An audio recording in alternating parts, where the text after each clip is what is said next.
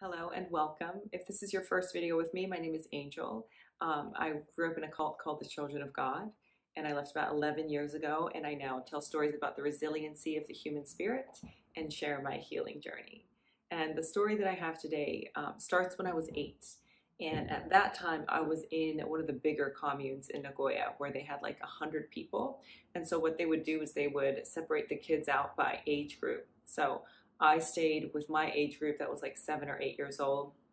And then there was a girl in the group above me in the like 10 and 11-year-old group. And her name was Christina, and she was terrible. She was such a bully to me. She was horrible. I really did not like her. But one day we all went to the river. They threw all the kids in a bus and they bussed us out to the river. And there was this one rock that all the cool kids would jump off of. So all the teen boys would swim out and they would jump off this rock. And I really wanted to get out there, but there was this really big, deep part of the river and I wasn't a good swimmer, so I couldn't get there. So I was standing on the river, lamenting this out loud. And Christina looks at me and she's like, I can take you across. And I was like, really? She was like, yeah, I'm a really good swimmer. She was like, why don't you just hop on my back? We'll swim out. You can jump off a few times and then we'll swim back. And I was like, okay, thank you. So I get on her back, we start swimming out. We get almost past the deep part, and then she undoes my hand, pries me off of her, pushes me into the deep, and keeps swimming off. And I start to drown. And I remember drowning and looking at her and just her looking back at me and laughing as she kept swimming away. So I'm there drowning, trying to call for help and swallowing water. And then I see one of the adults see me drowning. So he jumps in, he rescues me, he pulls me off to the side, and I'm there like coughing and sputtering. And he was like, what happened? Like, what were you doing? You weren't supposed to be there. And I told him the whole thing. I was like, Christina tried to kill me. And I told him the whole story. But the adult who had rescued me was Christina's father. So I got 2 beatings. 1 for trying to swim out by myself, and 2 for lying. So I remember sitting on the side of the river and I was shaking. I was wearing a towel and I was shaking because 1, I had just almost drowned. 2, I was cold. 3, I had just gotten a beating. So I was sitting there shivering, but I remember feeling a heat in my chest. So even though I was cold, I was hot. And I didn't recognize it at the time, but it was like rage and anger because I felt like this was so unfair and I didn't know what I had done wrong. So the only thing that 8-year-old me could figure out to do was 1, I decided not to trust people, and 2, I decided not to tell the truth, because those were the things that had gotten me in trouble and that I'd almost died over, was trusting other people and telling the truth. I had gotten a beating for both of those things. And the next time that I remember feeling that rage was much later. It was in my therapist's office in Austin. And so this was 20 years later. And I had been going through some sessions with my therapist. And at one point she had asked me if I remembered the names of my abusers. Because she was like, well, if you remember them, then maybe we can get a case together and maybe there can be some sort of justice for you, because you shouldn't have gone through what you went through. And I was explaining to her, I was like, okay, well, I don't know their names because they would all use fake names. And secondly, what happened to me was overseas. And thirdly, the statute of limitations has run out anyways. And I had never verbalized that before. And as I was verbalizing it, I was realizing that I would never see justice. And everything that was done to me and every atrocity that was committed, not just on me, but against everybody who grew up in that cult, the people who committed those crimes were getting away with it, and they would continue to get away with it. And that was a very crushing realization. And I had never said it out loud before, and I started to feel the same thing. I started to feel like heat. I started shivering because I was cold, but I felt heat internally because I was rageful. And it was, again, that feeling of this is so unfair and I can't believe that this is happening.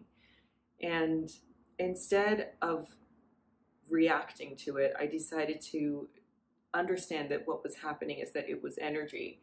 And what did I want to do with it? Because the last time I had felt that, I had learned 2 things that were actually very detrimental to me.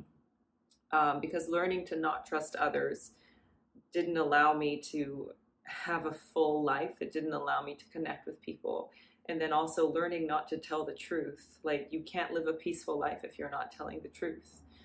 And so I didn't want to pick to learn the wrong things again. I didn't want to misread the situation and pick up beliefs that would be detrimental to me long term. So I took a moment just to kind of sit with it and to grieve it and to understand that this is a really devastating thing, and I needed to grieve, and I needed to be really sad and understand that I was never going to see justice. And then after that was finished, I could pick what to do with my energy. Because it's not that these things didn't happen, and it's not that I don't deserve justice. It's just I have to live in reality. And the reality is that I can't pursue any sort of legal action against these people. So I'm left with picking up the pieces of my life and moving on. But the thing is if I don't recognize that and do it, nobody will do it for me. So then I came to this crossroads of, okay, this is a massive injustice. And right now I have a choice. I can either choose to hold on to this injustice that was done to me because it is unfair and I am a victim. And I can either hold that card or I can put it down and I can choose to pick up another. And at that moment, I decided to leave the victim card and just to decide to pick up another. And that was really difficult for me because I thought that if I held this victim card, I could play it and it would be useful. And the thing is I could, and it is to a certain extent, but I think there comes a time in life where you have to pick up a different card. You have to pick up the one of personal responsibility for your life. And I'm really, really thankful that I had the courage and the guidance at the time that I could pick up the card where I picked myself. And I decided that I would move forward, channeling that rage and that energy and those feelings of injustice, and just start to repair all the things that I had missed. So what had I missed out on? What could I now gift myself? And learn to take a new step every day towards repairing the parts of myself that were lost, or listening to the parts of myself that weren't listened to, and believing myself, and just starting to build a better mental state instead of the one that stays in kind of the bitterness and the sadness of it. But you do have to go through that time. I think that you have to go through the bitterness and you have to go through the sadness. That's not a bad thing to walk through. They are necessary steps to walk through. They were for me.